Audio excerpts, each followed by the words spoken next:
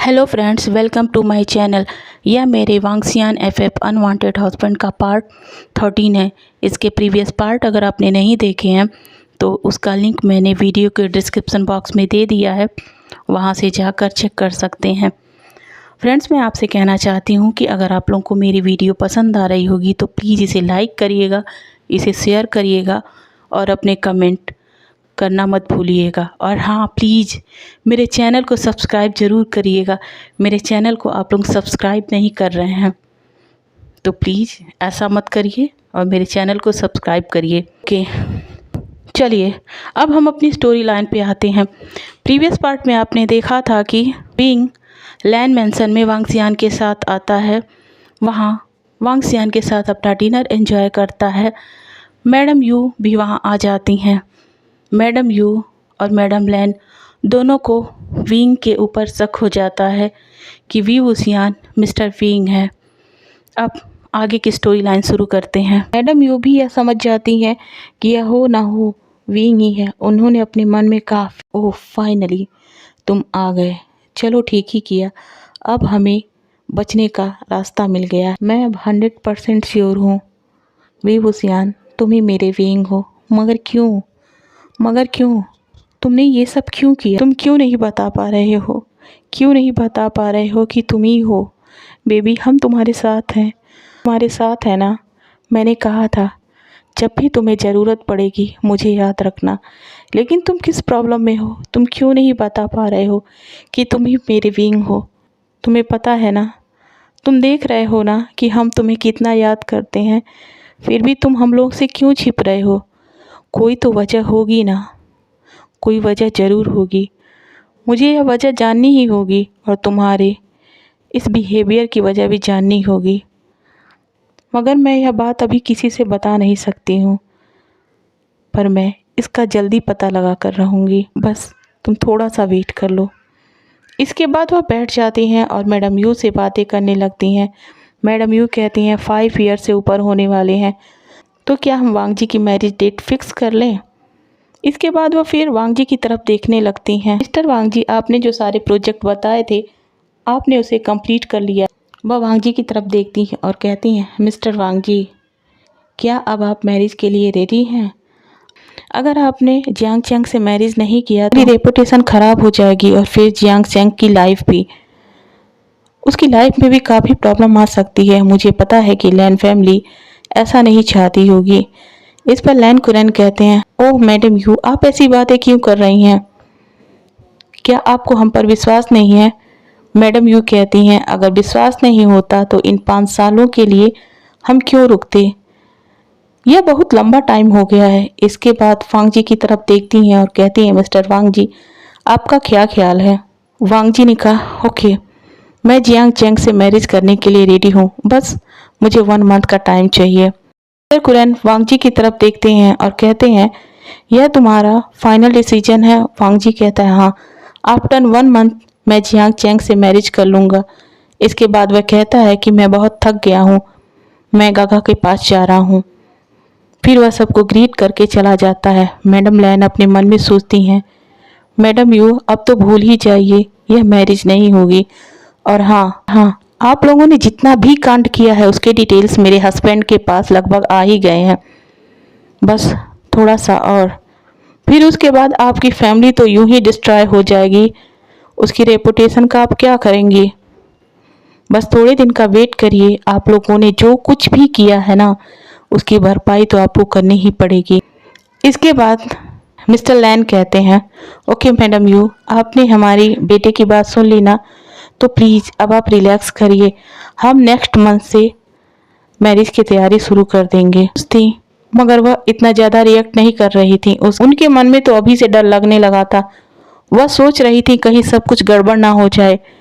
क्या इन्हें नहीं पता है कि वी वुसियान ही विंग है? अगर नहीं पता है तो ठीक है, अगर पता चल गया तो जियांग चैंग की मैरिज होगी ही नहीं। और इसके साथ ही साथ अगर इन्हें ये पता चल गया कि विंग ही कांसी सन का बेटा है तो फिर हमारी फैमिली का क्या होगा? प्रॉपर्टी तो छोड़ो, हमारी लाइफ स्टाइल का क्या होगा? मुझे कुछ ना कुछ करना ही पड़ेगा। मुझे इस विंग का कुछ न कुछ करना ही पड़ेगा। इसके बाद वह कहती हैं ओके अब हम चल रहे हैं। जियांग चंग सबको ग्रीट करता है, फिर वे वहां से चले जाते हैं। इसके बाद नाइट का सीन दिखाया जाता है। विंग अपने कमरे में था और उस कमरे में वह घूम घूम के उसे देख रहा था, उसकी एक एक चीज टच कर रहा था और कह रहा था मिस्टर लैन आपने इन सबको इतना संभाल के रखा है, मैं जैसे छोड़कर गया था ये सब बिल्कुल वैसे ही है, इनकी कोई भी चीज नहीं बदली है। क्या आपने हमेशा से ये मेरे लिए रखा था?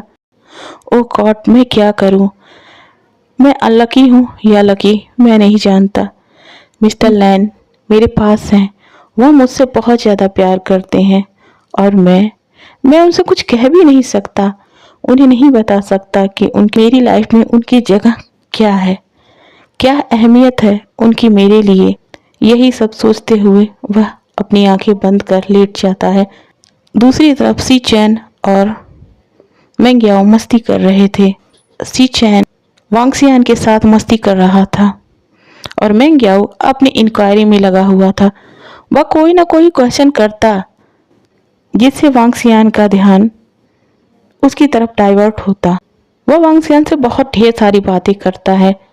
वांगजी भी वहीं पर बैठा था। मैंग्याओ वांगसियान से पूछता है तुम बताओ जब तुम चीन में नहीं थे तो तुम किसके साथ रहते थे, क्या बस मम्मा तुम्हारे साथ थी? इस पे वांगसियान कहता है नहीं बिल्कुल नहीं, और वह वांगजी के गोद में आकर लेट जाता है और अपनी उसकी लैप में अपना सर रखकर कहता है कि वहाँ मैं अकेले बिल्कुल नहीं था, वहाँ मेरे वैनिंग अंकल थे, वहाँ मेरे क्यूट से ने हुसैन अंकल थे, मम्मा थी और मेरे ढेर सारे फ्रेंड्स। वांगजी शॉक हो जाता है और कहता है न्यू हुसैन। इस पर वांगसियान अपनी बातें करना जारी रखता है। उसने कहा है आपको पता है उनके पास उनके पहले में एक बेबी है और वह अभी नहीं आएंगे। वेनिंग अंकल ने कहा था जब बेबी बाहर आ जाएगा तो वह हुसैन अंकल के साथ मुझसे मिलने चाइना आएंगे, तब मैं आप लोगों को उनसे मिलवा दूंगा। वांगजी का चेहरा सख्त होने लगता है। मैंग्याओ इस बात को पढ़ लेता है। वह कहता है वांगसियान तुम अपने सिचैन अंकल के साथ यहीं पर एंजॉय करो, मैं तुम्हारे वांगजी अंकल से थोड़ी सी बातें करना चाहता हूँ, तो क्या मैं जाऊँ? वांगसियान कहता है ठीक है आप जाइए। और फिर वांगसियान और सिचैन आपस में बिजी हो जाते हैं। मैंग्याओ वांगजी का हाथ पकड़कर उसे बाहर लाता है और कहता है वांगजी। मैंग्याओ कहता है वांगजी यह वही नी हुसैन हो सकता है ना जो विंग का इकलौता फ्रेंड था? वांगजी कह रहा है हाँ मुझे लगता है, और अगर यही वो ने हुसैन है जो विंग का फ्रेंड था। वांगजी ने कहा मुझे सब समझ में आ रहा है।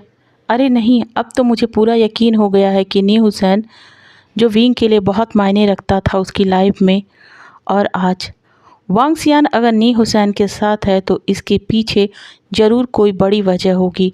और दूसरी बात यह है कि वेनिंग भी जो उस इंटरटेनमेंट कंपनी का सीईओ है जिस कंपनी से वी बुसियान यहाँ पर आया है, विंग नी हुसैन के साथ क्यों रहता है?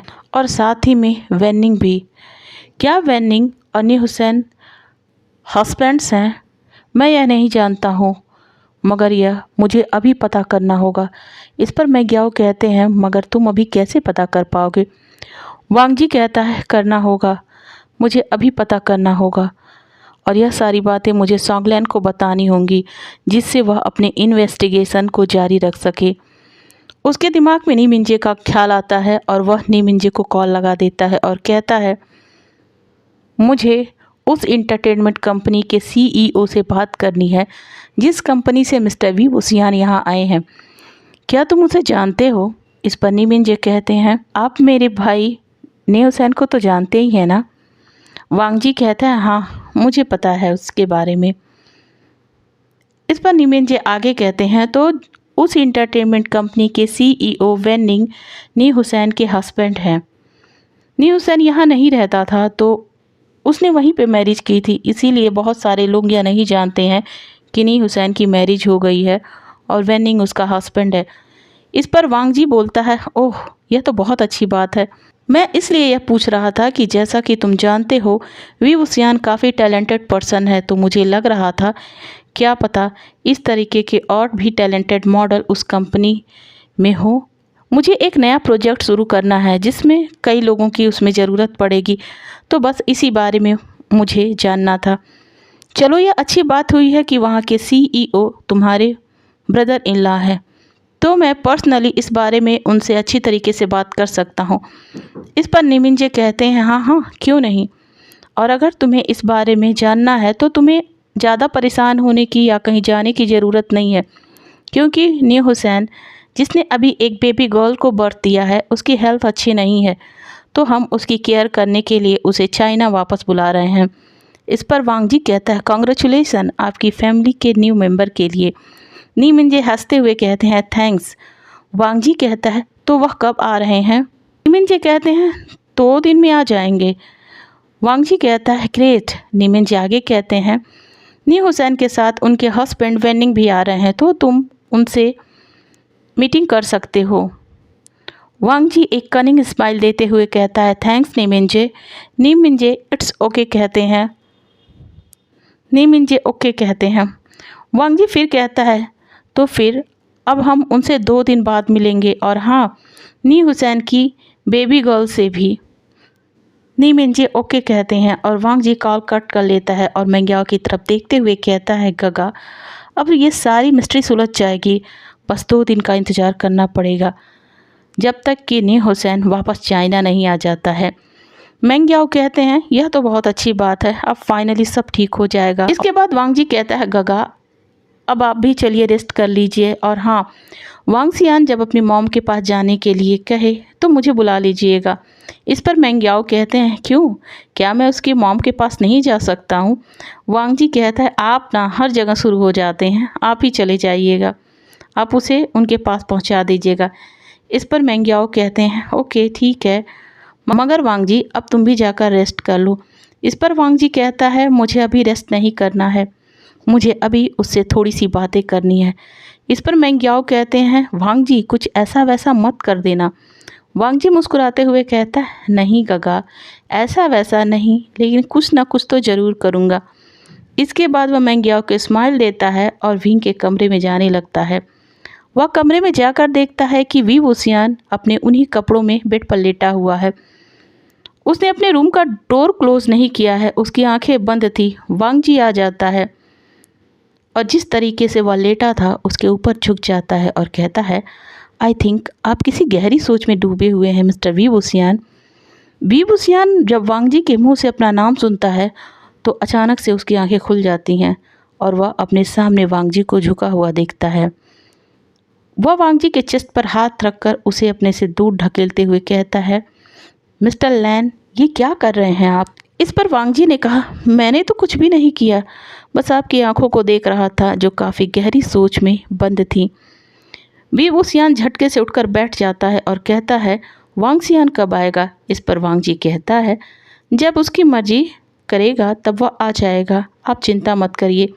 पर हाँ, मुझे आपसे बहुत ज़रूरी बातें करनी है, क्या आप मेरे कुछ क्वेश्चन का आंसर देना चाहेंगे?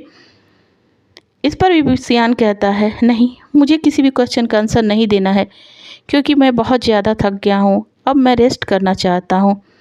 इस पर वांग जी कहता है, ओके ठीक है, तब रेस्ट करिए, मैं ये क्वेश्चंस आपसे कल पूछ लूँगा, और मुस्कुराते हुए वहाँ से निकल जाता है। वांग जी की बातों को सुनकर विंग के दिल की धड़कनें बढ़ गई थीं। वह उसके दूर जाने से अब नॉर्मल होने लगती हैं। उसने कहा, मिस्टर लैन, आप हमेशा ही मुझे ऐसी कंडीशन में क्यों डाल देते हैं जिससे मेरा दिल मेरे कंट्रोल में ही नहीं रहता है। अब लगभग आधे घंटे बीत गए थे। वी वुसियान अपनी माँ के पास जाने की बातें करने लगता है। मेंग्याओ वी वुसियान को अपनी गोद में कैरी करके लाता है और विंग के पास उसे लिटा देता है। विंग उसे थैंक्स कहता है और मेंग्याओ कहता है, इट्स ओके, गुड नाइट, और यह कहकर वह चला जाता है। अब मॉर्निंग का टाइम होता है। मॉर्निंग में पूरी लैन फैमिली एक साथ ब्रेकफास्ट करती है, मगर आज उसमें नया आया था कि आज विंग और वांग सियान दोनों बैठे थे। मैडम लैन यह देखकर बहुत ही खुश हो रही थी, उन्हें बहुत सुकून मिल रहा था और अपने मन में कह रही थी, आज मेरी लैन फैमिली पूरी हो गई है। और विंग यह जो तुम विभूषियान बनने का नाटक कर रहे हो ना, प्लीज़ बेबी इसे जल्दी ख़त्म करो, इस फैमिली में वापस आ जाओ। यह फैमिली तुम्हारे बिना अधूरी थी। आज देखो ना, यह फैमिली पूरी लग रही है। इसलिए बच्चे ये सारे नाटक बंद करो, और तुम्हें अगर कोई प्रॉब्लम है तो मुझे बताओ, मैं उसे सॉल्व करने में तुम्हारी मदद करूँगी। तुम्हारी फैमिली है तुम्हारे साथ। मैं सब तुम्हें कहना चाहती हूँ, मगर यह तुमसे अभी नहीं कह सकती हूँ।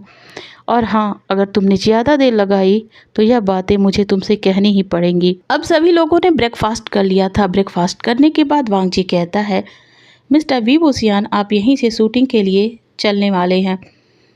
उसके बाद कहता है, मगर वांगजियान यहीं पर रहेंगे और जब तक उनका मन करेगा वह यहीं पर खेलेंगे, और अगर उनका मन करेगा तो वो शूटिंग प्लेस पर आ जाएंगे, और वांगजियान को अगर शूटिंग देखना होगा तो देखेंगे, और नहीं देखना होगा तो फिर वह अपने मेंशन चले जाएंगे।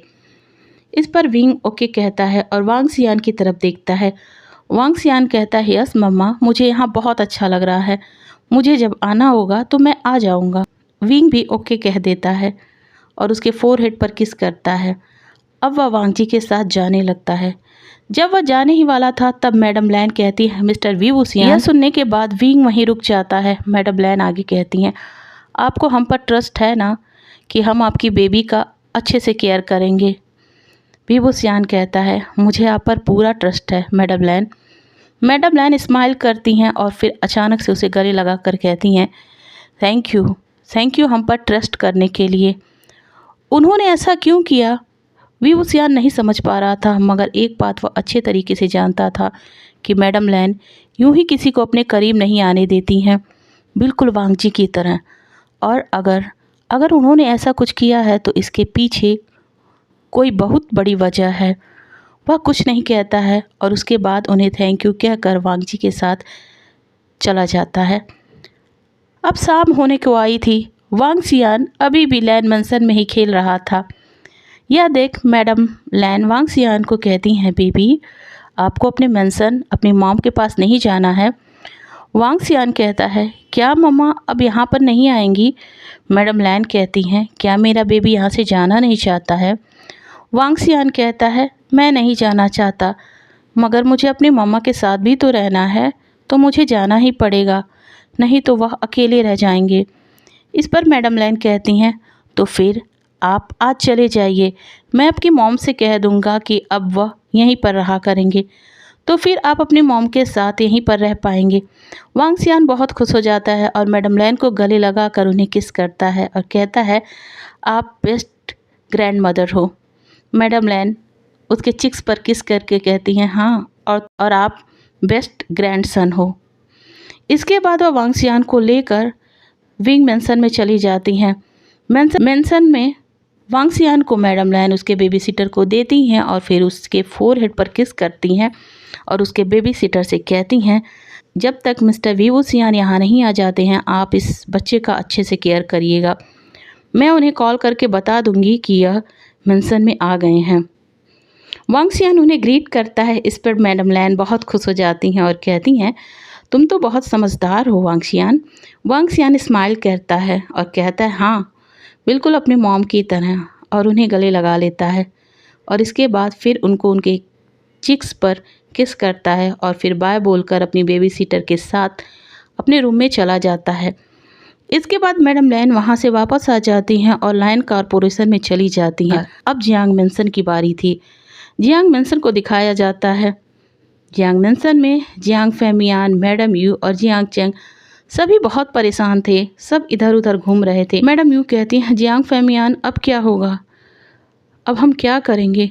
जियांग फैमियान कहते हैं, नहीं कुछ भी नहीं होगा, परेशान मत हो।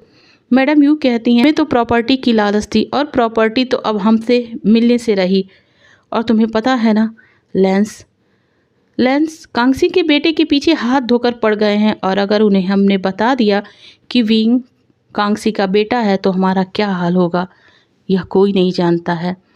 और अगर हम किसी और को कांगसी का बेटा बनाकर खड़ा कर देते हैं तो हम बच सकते हैं, मगर इसके लिए हमें विंग को मानना पड़ेगा, क्योंकि कभी ना कभी तो यह पता ही चल जाएगा कि विंग कांगसी सरन का ही बेटा है।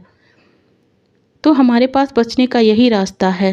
और साथ ही हमें जियांग चैंग की मैरिज जल्दी से जल्दी वांग जी से करवानी पड़ेगी। इसीलिए मैं चाहती हूँ कि जल्दी से जल्दी यह मैरिज हो जाए, ताकि जब हमारे रिलेशन बन जाएंगे तब यह लेंस भी हमारा कुछ नहीं बिगाड़ पाएंगे, और अगर कुछ करेंगे भी तो उंगली उन्हीं पर उठेगी कि इतने सालों बाद भी वे अपने बेटे के लिए एक ढंग का लाइफ पार्टनर भी नहीं ढूंढ पाए।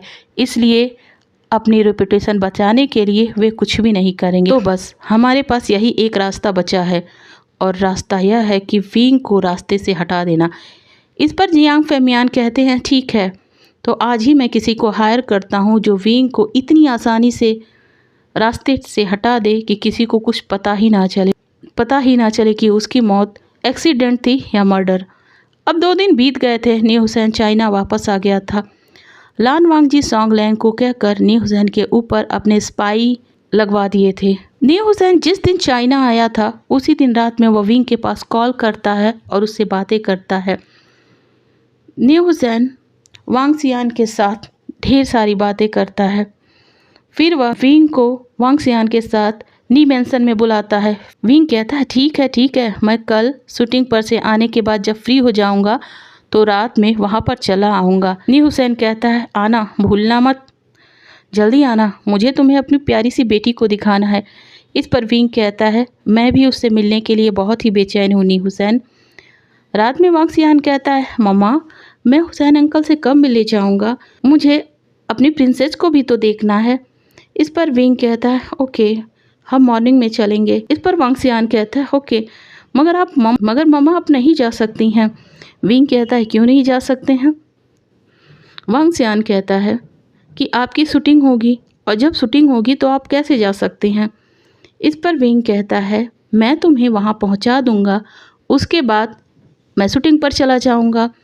इस पर वांग सियान ओके कहता है और सो जाता है।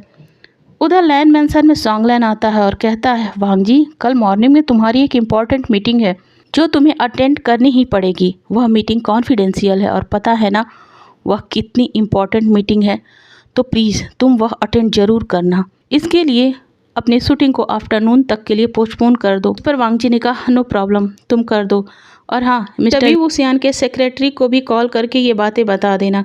इस पर सॉन्ग लैन कहता है ओके। सॉन्ग लैन वी वुसियान के सेक्रेटरी के पास कॉल करता है और कहता है कि कल आफ्टरनून तक के लिए मिस्टर वी वुसियान की शूटिंग को पोस्टपोन किया जाता है। आफ्टरनून के बाद उनकी शूटिंग वापस से शुरू हो जाएगी। इसके बाद वह सेक्रेटरी वी वुसियान को कॉल करके सारी बातें बता देता है। वी वुसियान ओके कहता है और फिर सो जाता है। अब मॉर्निंग होती है। विंग वांग सियान से कहता है चलो चलो जल्दी रेडी हो जाओ। इस पर वांग सियान कहता है हम कहाँ जा रहे हैं। विंग एक बड़ी सी स्माइल देकर कहता है हमें हुसैन अंकल के पास जाना है और अपनी प्रिंसेस को भी देखना है ना। इस पर वांग सियान कहता है मगर आप तो शूटिंग पर जा रहे हो ना। विंग रिप्लाई देता है, कहता है नहीं, हम यहाँ से हुसैन अंकल के पास चलेंगे क्योंकि आज आफ्टरनून तक के लिए मेरी शूटिंग बंद है ना। तो चलो हम दोनों ने हुसैन के घर जाने के लिए रेडी होते हैं। फिर वह रेडी होते हैं और अपना ब्रेकफास्ट करते हैं और उसके बाद वांग सियान को लेकर नी हुसैन के घर की तरफ निकल जाते हैं। रास्ते में वी वुसियान को एक मॉल दिखता है। मॉल ओपन हो गया था। वी वुसियान कहता है कि वांग सियान तुम यहीं पर बैठो, इसी कार में बैठो, मैं चलता हूँ, मैं मॉल में से जल्दी से अपनी प्रिंसेस के लिए कुछ लेकर आता हूँ। वांग सियान कहता है ओके मॉम आप जाइए, मैं यहीं पर हूँ। इसके बाद वी वुसियान मॉल में चला जाता है। नी हुसैन और उसके बेबी के लिए कुछ चीज़ें खरीदता है। उनको खरीदने के बाद वह जैसे ही मॉल से वापस आने लगता है वहाँ उसे जियांग चेंग और वेन चाओ दिख जाता है। जियांग चेंग और वेन चाओ को देखकर शॉक हो गया था। वह वेन चाओ को पहचान गया था क्योंकि उसने उसे कई बार देखा था। उसने सोचा जियांग चेंग वेन चाओ के साथ क्यों है और वेन चाओ की वजह से ही जियांग चेंग की मैरिज टूट गई, तो फिर दोनों इस तरीके से साथ में क्यों हैं, क्योंकि वो बहुत अच्छे से एक दूसरे से बात कर रहे थे।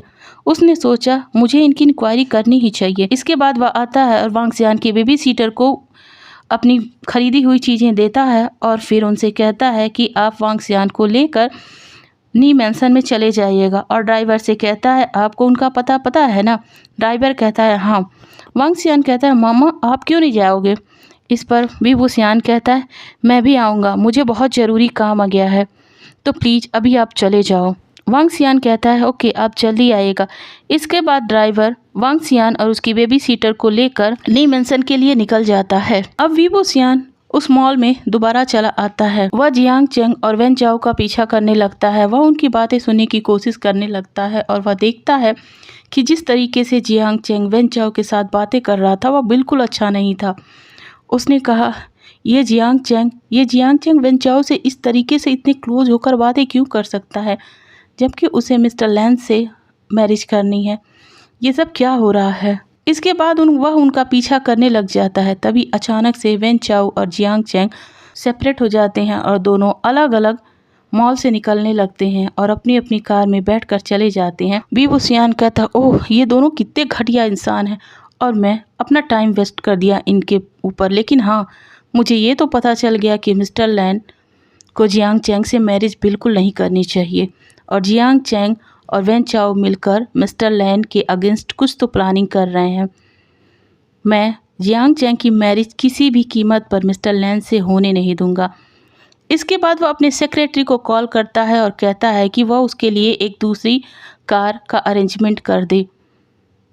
कार उनके मेंशन में ही था। मेंशन में 2 कारें थीं, इसलिए सेक्रेटरी को परेशानी नहीं होती है। वह कार को लेकर मॉल में आ जाता है। विंग कार में बैठता है और उसका सेक्रेटरी भी कार में बैठता है और नी मेंशन के लिए दोनों निकल जाते हैं। इधर वांग सियान अपनी कार में जा रहा था, तभी एक बड़ा सा ट्रक आता है और वांग सियान की कार को ठोकर मार देता है और वहाँ से भाग जाता है। यह सब इतना सडनली हुआ था कि कोई कुछ समझ ही नहीं पा रहा था। तभी विंग की कार भी थोड़ी देर में वहाँ आ गई थी। उसने देखा कि पुलिस इकट्ठा है और सब उस कार में से किसी को रेस्क्यू कर रहे थे। जब वह उस कार के पास आता है तो उसकी आंखें फटी की फटी रह जाती हैं। उस कार से वांग सियान की बेबी सीटर निकल रही थी। वह काफ़ी घायल थी। उसके बाद उसके ड्राइवर को निकाला जाता है और सबसे लास्ट में वांग सियान को। वांग सियान की हालत बहुत बुरी थी। हालांकि वह कार बहुत अच्छी थी, इसीलिए वो शायद बच गए थे, वरना अगर कोई दूसरी कार होती तो उनकी हड्डियां भी वहां नसीब नहीं होती किसी को। पुलिस आती है, तीनों को रेस्क्यू करती है, उन्हें निकाला जाता है। वांग सियान की बेबी सीटर और कार के ड्राइवर को ले जाया जाता है। अब जब वांग सियान की बारी आती है तो विंग कांपते हुए इसके पास दौड़ता हुआ चला जाता है और कहता है इसे क्या हुआ है, ये मेरी बेबी है। पुलिस कहती है प्लीज़ आप पैनिक मत करिए, इन्हें हॉस्पिटल में लेकर जाना है। उसका सेक्रेटरी उसे संभालता है और वह वांग सियान के साथ हॉस्पिटल में चला आता है। वांग सियान को हॉस्पिटल में एडमिट किया जाता है। उसकी बेबी सीटर और कार ड्राइवर को भी एडमिट कर दिया जाता है। तीनों का इलाज चलने लगता है। वांग सियान का इलाज चलता है। हॉस्पिटल में विंग काफ़ी परेशान था। डॉक्टर आते हैं और कहते हैं वांग सियान का ब्लड काफ़ी बह चुका है तो इसे ब्लड की ज़रूरत होगी। विंग और उसके सेक्रेटरी कहते हैं हमारा ब्लड ले लीजिए। उनको ले जाया जाता है, उनका ब्लड चेक होता है, मगर वांग सियान का ब्लड रेयर ब्लड अल्फ़ा था तो वह उनसे मैच नहीं करता है। इस पर डॉक्टर कहता है कि अगर इनकी फैमिली में कोई अल्फ़ा हो या इनके डैड हो तभी उनका ब्लड इनको लग सकता है, वरना इनका ब्लड इतना रेयर है कि अभी पूरे चाइना में बहुत ही कम उसकी सप्लाई हो पाएगी। डॉक्टर कहते हैं कि इस बेबी का ब्लड इतना ज़्यादा रेयर है कि यहाँ मिलने की संभावना कम है। अगर वह ब्लड जल्दी से नहीं मिला तो हम बेबी को नहीं बचा पाएंगे। इस पर विंग कहता है नहीं, ऐसा कुछ नहीं होगा, मैं अपनी बेबी को कुछ भी नहीं होने दूंगा, मैं उसके लिए ब्लड लेकर आ रहा हूँ। इसके बाद वह अपने सेक्रेटरी को कहता है। सेक्रेटरी जो खुद ही बहुत ज़्यादा परेशान हो गया था, वह कहता है कि पहले मिस्टर वांग जी को कॉल करो। सेक्रेटरी वांग जी को कॉल करता है मगर वांग जी कॉल रिसीव नहीं करता है। फिर वांग जी के सेक्रेटरी यानी सॉन्ग लैन को कॉल किया जाता है, वह भी कॉल रिसीव नहीं करता है। घटना जब से हुई थी तब से के सेक्रेटरी ने वांग जी के सेक्रेटरी यानी सॉन्ग लैन को कई बार कॉल किया था। सॉन्ग लैन वांग जी दोनों ही मीटिंग हॉल में थे, कॉल रिसीव नहीं कर पा रहे थे। सेक्रेटरी ने कहा सर वो कॉल रिसीव नहीं करेंगे क्योंकि आज उनकी इम्पोर्टेंट मीटिंग है और मुझे पता है वह मीटिंग लैंड कॉरपोरेशन में होने वाली कॉन्फिडेंशियल मीटिंग है, ये शायद वह अपना कॉल रिसीव नहीं कर रहे हैं। अब हम क्या करें। कहता है कि मेरी बेबी को कुछ भी नहीं हो सकता है। इसके बाद वो डॉक्टर से कहता है मेरी बेबी का ख्याल रखिएगा, मैं बस अभी आया, बस मुझे थोड़ा सा टाइम दीजिए। और अपने सेक्रेटरी से कहता है तुम यहीं रहना और जो भी ज़रूरत पड़ेगी बताते रहना। बाद वह दौड़ता हुआ चला जाता है। उसने सॉन्ग लैन को कॉल करना जारी रखा था और डॉक्टर ने अपना ट्रीटमेंट शुरू कर दिया था। विंग उसी कार में बैठ जाता है जिसको उसका सेक्रेटरी लेकर आता है और उसी कार को ड्राइव करता हुआ लैंड कॉरपोरेशन में जाने लगता है। कई सारे सिग्नल ब्रेक कर दिए थे। वह कार को बहुत फास्ट ड्राइव कर रहा था। अब वह लैंड कॉरपोरेशन के बाहर था। कॉरपोरेशन के अंदर चला गया मगर उसे वांग जी से मिलने की इजाज़त नहीं मिली। वहाँ के सब लोग जानते थे कि लैंड के साथ वी वुशियान एक प्रोजेक्ट पर काम कर रहे हैं। भी वह मिस्टर वी वुशियान को मिस्टर लैंड के साथ मिलने से मना कर रहे थे मगर आज विंग पे किसी की बात का कोई असर ही नहीं हो रहा था। वह बस सबको धक्का देते हुए दौड़ते हुए लैंड कॉरपोरेशन के अंदर में एंटर करने वाला था जिस रूम में मीटिंग चल रहा था। के बाहर जो गार्ड्स थे वह विंग को पकड़ लेते हैं मगर विंग उन दोनों से फाइट करने लगता है। वह उन दोनों को धक्का देकर अंदर दाखिल हो जाता है। उसकी हालत बहुत बुरी थी। वह पसीने से लथपथ था। उसकी सांस फूल रही थी। सामने वांग जी खड़ा हुआ दिखाई देता था कि उसे कुछ नहीं दिखाई देता। वह सीधे चला जाता है और वांग जी के लगकर कहता है प्लीज़ सेव कहने के साथ ही वह बेहोश हो जाता है।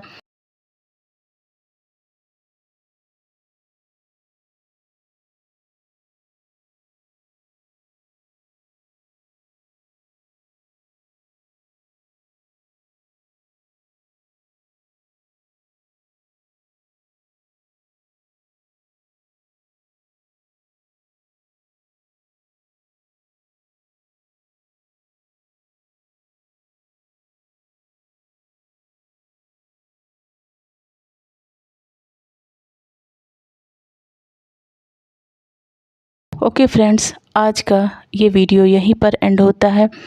मैं नेक्स्ट वीडियो जल्दी ही कंटिन्यू करूँगी। Okay, thank you.